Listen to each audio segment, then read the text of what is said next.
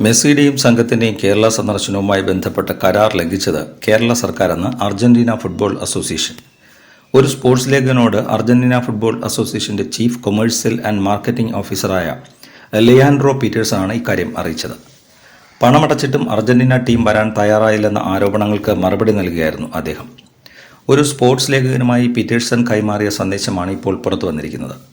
130 കോടിയോളം രൂപ അടച്ചിട്ടും കേരളത്തിൽ എത്താനാവില്ലെന്ന് അർജന്റീന അറിയിച്ചത് കരാർ ലംഘനമല്ലേ എന്ന് പീറ്റേഴ്സനോട് മാധ്യമപ്രവർത്തകൻ ചോദിച്ചു.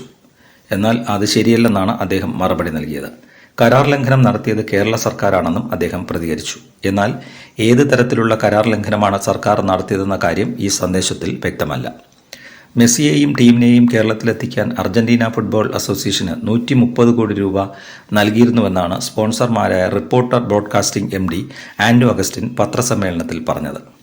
ഈ വർഷം അർജന്റീന കേരളത്തിൽ കളിക്കാമെന്ന കരാറിൽ അസോസിയേഷൻ ഒപ്പിട്ടിട്ടുണ്ട്.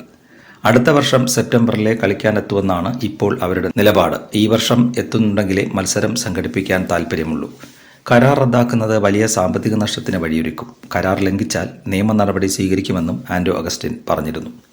2025 മെസ്സിയെയും അർജന്റീനിയൻ ടീമിനെയും കേരളത്തിൽ എത്തിക്കുമെന്ന് കായികമന്ത്രി V. അബ്ദുറഹ്മാൻ പ്രഖ്യാപിച്ചത് 2024 കേരളത്തിൽ ഫുട്ബോൾ അക്കാദമി ആരംഭിക്കുന്നതിനും സൗഹൃദ മത്സരത്തിനും അർജന്റീനിയൻ ഫുട്ബോൾ അക്കാദമി സന്നദ്ധത അറിയിച്ചിട്ടുണ്ടെന്നാണ് അന്ന് കായികമന്ത്രി പറഞ്ഞത്.